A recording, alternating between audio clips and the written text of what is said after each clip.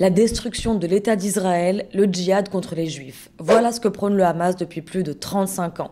Mais au fait, c'est quoi le Hamas? Eh bien, pour comprendre, il faut donner un petit peu de contexte. À partir de 1948, l'État hébreu ne cesse d'étendre son territoire sur les terres palestiniennes, n'hésitant pas à oppresser et déloger ses habitants. S'ensuit un conflit interminable ponctué par des guerres et des attentats terroristes perpétrés par des organisations palestiniennes, notamment l'OLP de Yasser Arafat. Mais après 20 ans d'occupation de Gaza, la Cisjordanie et Jérusalem-Est, la population se révolte et la première intifada éclate en 87. C'est à ce moment-là que se crée le Hamas, mouvement de résistance islamique proche des frères musulmans égyptiens. Leur chef répond au nom de Ahmed Yassine, un religieux tétraplégique qui prône un retour à la religion, le djihad contre Israël jusqu'à sa destruction ou encore le refus des négociations. حماس ستبقى ستبقى حية مجاهد واللي بيفكر انه ممكن يقضي على فعاليات كتائب عزيز القسام على حماس واهم لأنه حماس أكبر مما يتصورون. 93-2006.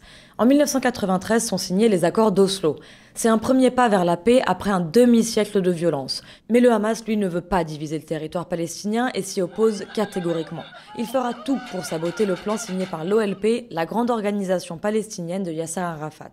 Pour tout faire capoter, le mouvement islamiste lance une campagne massive d'attentats suicides. Des centaines d'Israéliens sont tués. Pendant ce temps-là, les implantations juives dans les territoires palestiniens en Cisjordanie se multiplient. Les tensions sont telles qu'une nouvelle intifada éclate en 2000. Le Hamas y prend part, surtout à Gaza. Le Hamas, en fait, il fait contrepoids à Yasser Arafat. Et ça arrange la droite israélienne qui fait du Hamas son meilleur ennemi.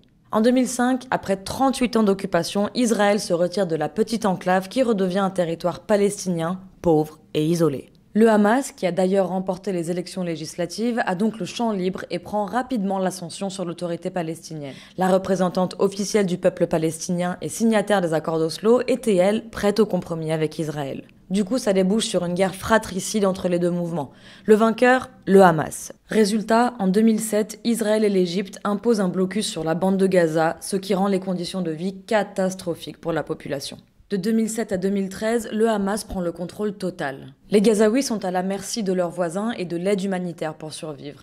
Il leur est difficile d'avoir des perspectives d'avenir. Beaucoup se tournent donc vers le Hamas pour les aider, même si le mouvement islamiste gère Gaza de façon très autoritaire. Arrestations arbitraires, tortures, exécutions sommaires, violations multiples des droits de l'homme, atteinte à la liberté de la presse, etc., etc. Ce qui explique que de nombreux pays le classent comme une organisation terroriste. Le Hamas est aussi régulièrement accusé d'utiliser des boucliers humains, notamment des enfants, pour protéger des bâtiments des bombardements israéliens. Le Hamas, au nom de la lutte sacrée contre Israël, ne s'en cache pas. Plusieurs conflits vont avoir lieu avec l'Israël. 2008, 2009, 2012. Celui de 2014 se termine par un cessez-le-feu et des milliers de morts palestiniens. À ce moment-là, Israël pense avoir détruit les capacités militaires du Hamas. Mais l'organisation garde le contrôle total de Gaza et peut compter sur le Qatar et surtout l'Iran pour lui fournir des armes et des vivres. Mais alors, qui sont aujourd'hui les chefs du Hamas? Il y a surtout un nom qui est important. C'est celui de Mohamed Deif. Il agit dans l'ombre et dirige la branche armée du mouvement depuis 2017.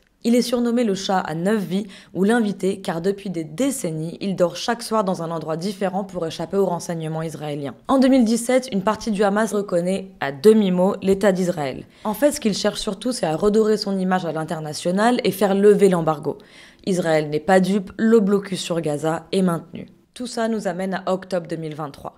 Le Hamas a donc su reconstruire son arsenal malgré ce blocus. Et le 7 octobre, il lance une spectaculaire opération militaire contre Israël.